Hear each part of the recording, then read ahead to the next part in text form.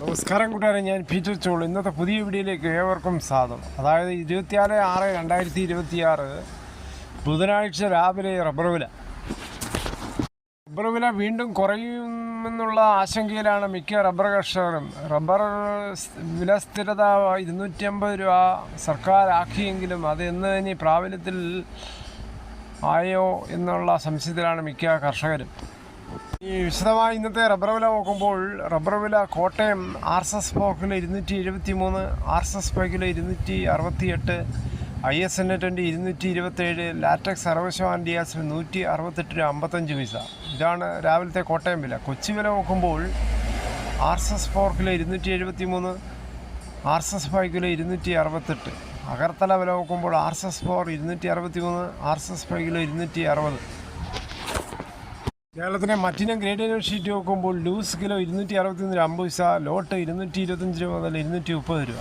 ഒട്ടുപാൽ നോക്കുമ്പോൾ 80% ഡിയാസിൽ ഒട്ടുപാൽ kilo 168, 60% ഡിയാസിൽ ഒട്ടുപാൽ kilo 126. ഇനി കർണാടക വില നോക്കുമ്പോൾ RSS 3 267 50 പൈസ, RSS 4 267, RSS 5 262, ലോട്ട് 228. ഒട്ടുപാൽ നോക്കുമ്പോൾ 70% ഡിയാസിൽ ഒട്ടുപാൽ കിലോ 156 വരെ. ഇനി കേരളത്തിലെ ഫീൽഡ് ലാറ്റക്സ് വ്യാപാരി വില 233, ഫാക്ടറി വില 243. വിശദമായി നോക്കുമ്പോൾ 25% DRCയുള്ള 200 ലിറ്റർ ബാരലിന് 11,650, 30% DRCയുള്ള 200 ലിറ്റർ ബാരലിന് 13,980, 35% DRCയുള്ള 200 ലിറ്റർ ബാരലിന് 16,310, 40% DRCയുള്ള 200 ലിറ്റർ ബാരലിന് 18,640. ഈ കേരളത്തിലെ വ്യാപാരികൾ നോക്കുമ്പോൾ വ്യാപാരിയില്ല കോട്ടയം RSS പോർക്കിൽ 265, RSS പൈക്കിൽ 260, ISN20 219 രൂപ 50 പൈസ മുതൽ 220 രൂപ. ഒട്ടുപാൽ നോക്കുമ്പോൾ 70% ഡിയാസിൽ ഒട്ടുപാൽ കിലോ 146 മുതൽ 158 രൂപ. ഇതാണ് ഇന്നത്തെ റബ്ബർ വില. കേരളത്തിലെ മറ്റ് വിലകൾ നോക്കുമ്പോൾ സ്വർണ്ണ 22 ക്യാരറ്റ് 13,375, ഒരു പവന് 1,07,000 രൂപ. ഇന്നലെ വൈകിട്ട് 1 ഗ്രാമിൻ്റെ മുകളിൽ 190 രൂപ, ഒരു പവൻ്റെ മുകളിൽ 1,520 രൂപയാണ് കുറഞ്ഞത്.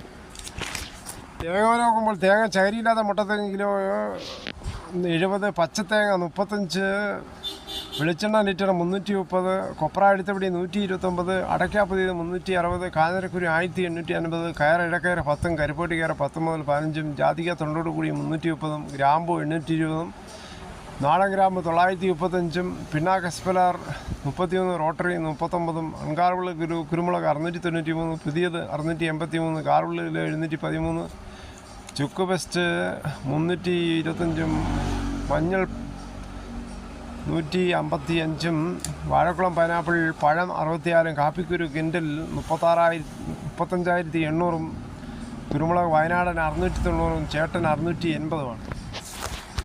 എന്തായാലും ആഭ്യന്തരമന്ത്രി രമേശ് ചെന്നിത്തലയുടെ അടുത്ത പ്രഖ്യാപനമാണ് സ്റ്റേഷൻ പരിസരങ്ങൾ ഇനി വൃത്തിയിലേക്ക്. പോലീസ് സ്റ്റേഷനുകളിൽ പരിസരത്ത് കെട്ടിക്കിടക്കുന്ന പിടിച്ചെടുത്ത പഴയ വാഹനങ്ങളും സാധനങ്ങളും നീക്കം ചെയ്യാൻ സർക്കാർ പുതിയ പദ്ധതിയുമായി സ്പേസ് എന്ന പേരിലാണ് പുതിയ പദ്ധതി പ്രഖ്യാപിച്ചിരിക്കുന്നത്. പോലീസ് ഹൗസിംഗ് കൺസ്ട്രക്ഷൻ കോർപ്പറേഷൻ്റെ നേതൃത്വത്തിലും കേന്ദ്ര പൊതുമേഖലാ സ്ഥാപനമായ CEROയുടെ സഹകരണത്തോടെയാണ് പദ്ധതി നടപ്പാക്കുന്നത്. എന്തായാലും വളരെയേറെ നന്നായി. കാര്യം ഈ പഴയ വാഹനവും മറ്റും പഴയ സാധനങ്ങളും അവിടെ കിടക്കുമ്പോൾ അവിടെ ഇഴജന്തുക്കളും സ്പേസും ഇല്ലാതെ പോവുകയാണ്.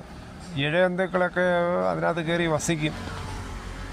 ഉപയോഗശൂന്യമായ വാഹനങ്ങൾ ശാസ്ത്രീയമായി നീക്കം ചെയ്യുക, പൊതുജനങ്ങൾക്ക് കൂടുതൽ സൗകര്യപ്രദമായ പോലീസ് സ്റ്റേഷൻ അന്തരീക്ഷം ജനകീയ അന്തരീക്ഷത്തിൽ സൃഷ്ടിക്കുക എന്നുള്ളതാണ് ഇതിൻ്റെ ഐഡിയ. പല സ്റ്റേഷനുകളിലും വർഷങ്ങളായി പൊടിപിടിച്ച് കിടക്കുന്ന വാഹനങ്ങൾ സ്ഥലം പിടിച്ചിരിക്കുകയാണ്. ഇത് സുരക്ഷയ്ക്കും സൗകര്യത്തിനും വെല്ലുവിളിയായിരുന്നു. പോലീസ് സ്റ്റേഷൻ വളരെ ഭംഗിയായി സൂക്ഷിക്കട്ടെ എന്ന് നമുക്ക് ആശംസിക്കാം. ഇതോടുകൂടി ഈ വീഡിയോയുടെ പൂർണ്ണമാകുന്നു. ഇത്ര സമയം ക്ഷമയോടെ കേട്ടുന്നത് വളരെയധികം നന്ദി.